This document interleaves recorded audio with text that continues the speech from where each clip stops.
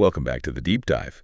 Today, we're really diving into a big question, one that honestly seems to trip a lot of people up. Yeah, How do you actually take something you're passionate about and turn it into a successful business? right. Without completely burning out. Exactly. Without sacrificing your peace, your finances, or just your life balance. It feels Yeah. like there's so much conflicting advice out there. Oh, absolutely. You hear so much about the whole hustle culture narrative, don't you? Totally. Quit your job, sleep 4 hours, burn the boats, that whole thing. Yeah, but what we found diving into this is that, well, the reality is a lot more nuanced. Burnout isn't a necessary step. It's not a badge of honor. Definitely not. And it's certainly not required to build something meaningful. Yeah. So our mission today is really to uncover those smarter ways, the more sustainable strategies. Okay, so let's map this out. Where do we even start? I guess the first big question for anyone thinking about this is, what is my passion anyway? That's the foundational piece, isn't it?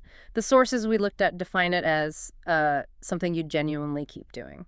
Even if you weren't getting paid right away. Exactly. Even when it gets tough, it's that thing that just lights you up, consistently. Right. And we saw some great examples, didn't we? Things people really connect with.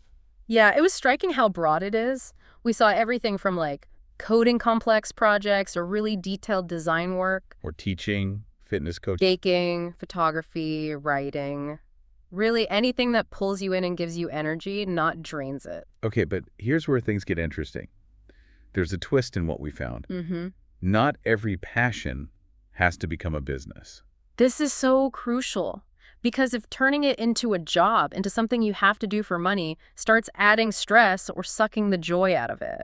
Then maybe it should just stay a hobby, something you do for love, not money. It's a really important perspective. There's this pressure sometimes, isn't there, to monetize everything we enjoy. Yeah, definitely. But some of the most successful long-term passion projects we saw were from people who were really smart about protecting certain interests from becoming a business. Keeping it as a source of joy, like you said. Exactly. Pure replenishment. So the real question for you listening is, will making this specific thing a business actually add to your life? Or will it somehow diminish that connection you have with it? That's a big one to sit with. Yeah. Okay, so let's say you do feel that pull, that this passion wants to be more. The next urge is often just to jump. Go all in, quit the job, take the leap. Right. But the research suggests, well, a smarter approach. A much smarter path. Start small, test the waters first, validate the idea before you make huge commitments. And this isn't about being scared, is it? It's about being strategic. Precisely. We saw some compelling data, actually. Founders who tested their ideas, even just for, say, 3 to 6 months before going full-time. Yeah. They had a significantly higher chance, statistically, of keeping that business going past the 5-year mark. It really pushes back on that go big or go home idea. So how do you test it then? Practically speaking. Oh, there are loads of ways, and you don't need to invest a fortune. You could offer a specific service to just a handful of early testers, maybe beta clients, Okay. or do a small batch of a product. Run a single workshop. Even just starting an Instagram page and seeing who engages, what questions they ask, that's valuable feedback. So you're looking for real validation. Yeah. What the sources call proof of concept. Exactly. And that's more than just someone saying, nice idea. It's tangible stuff. Yeah, people actually placing pre-orders maybe, consistent questions showing there's a real need, or, the clearest sign, people actually paying for what you offer. And the big takeaway here seems to be, Yeah, you don't have to quit your day job to start this process. absolutely not. You can build while you earn. Use your current stability as a safety net. It's just smart. It reduces the risk. You're basically gathering real-world data. You are. You're learning, tweaking your idea, making sure there's actually a market for it before you turn your life upside down.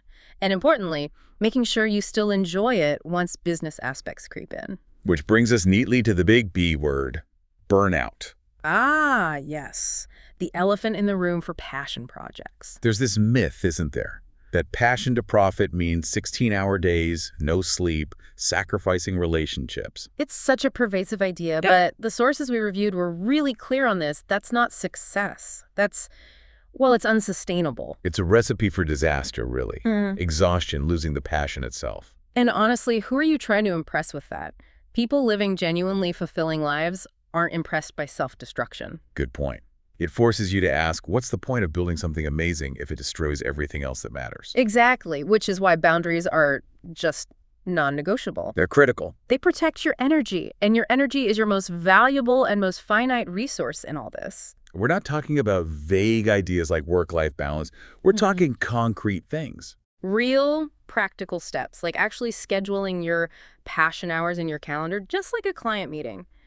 Treat it seriously. Learning to say no is a big one too, right? Huge. Saying no to things that drain you or pull you off course, protecting your focus. And designating real downtime, like Sundays are off limits or family dinner is sacred, non-negotiable stuff. That's it. The research kept pointing to structure, not sacrifice, as the key to making this work long-term and keeping the joy in it. So it's about designing how you work so it fits into a life you actually want to live. Instead of letting work consume your entire life, it's proactive, not reactive, building a sustainable ecosystem for your passion. Okay, let's shift gears slightly.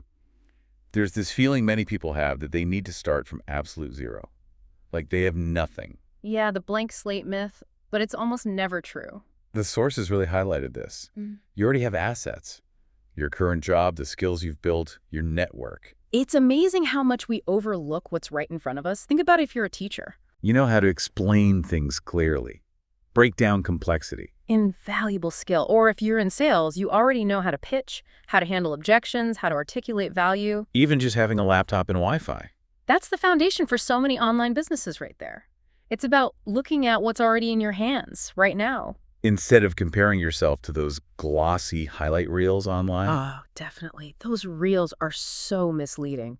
Your existing skills, your experiences, those aren't just starting points. They're often your unique advantages. So the exercise is really about reframing, looking at your current situation and identifying those transferable skills, those hidden resources. You almost always have more than you think. Okay, now for something that sounds like it could seriously prevent overwhelm. A real game changer. You don't have to do it all yourself. Thank goodness. No, you absolutely don't. And the advice is to automate and delegate way sooner than you probably think you should. Yes. This came up again and again. Adopting these strategies early isn't just about saving time. It actually shifts your role. How so? You move from being the person who does everything to being the person who directs things. The orchestrator, not just the doer. Makes sense. So what kind of things are we talking about? Automating. Delegating. Think about using scheduling tools for social media posts, maybe. Setting up email templates or autoresponders. Using calendar booking links instead of endless back and forth emails. Exactly. Tools like Calendly or Zapier to connect different apps and automate workflows. Even simple project templates can save tons of admin time. And delegation. Hiring help. That sounds like a big step. It doesn't have to be huge. Hiring a virtual assistant, even for just, say, 5 hours a month initially, can free you up enormously. They can handle tasks that need a human touch, but don't absolutely require your specific expertise. Things like invoicing, maybe, or managing emails. Precisely. Low-leverage tasks for you, but essential for the business. The core idea here seems really clear. Build the systems early. Yeah. The sooner you build these systems, the more time and freedom you buy yourself down the line. Because your time, that's the real currency here, isn't it? It's the most valuable currency in your business. You can't make more of it. And automating or delegating the repeatable stuff frees up your headspace, your energy, for the important work. The strategic thinking, the creative parts, the things that actually grow the business and, keep the passion alive. It's all part of designing a business that serves you, not the other way around. Right. Okay, let's pull all these threads together then. Yeah. This deep dive has really shown, I think, that it is possible. Absolutely. You can turn that passion into a real business without driving yourself crazy or broke. Without losing that initial spark of joy. Definitely. We've covered sort of 5 key pillars, haven't we? Yeah, let's recap. First, getting really clear on what truly excites you, what sustains you. Second, testing that idea smartly, iteratively, before you make any massive leaps. Proof of concept first. Third, boundaries. Setting up those non-negotiables to protect your peace and energy. So important. Fourth, using what you've already got. Your skills, your network, your resources. Not starting from zero. And fifth, building systems.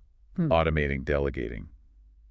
Creating support structures. Not just more stress. Exactly. Building supportive systems rather than stressful ones. The bottom line seems to be, you don't need to sacrifice everything on the altar of your passion project. No, you just need to build it with intention, real thought. So maybe the final thought for everyone listening is this.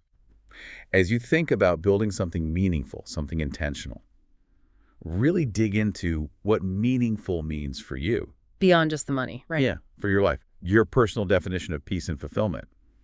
And then think, how can these strategies we talked about today actually help you protect that specific meaning as you build? That's a powerful question to carry forward. How do you safeguard what truly matters to you on this journey?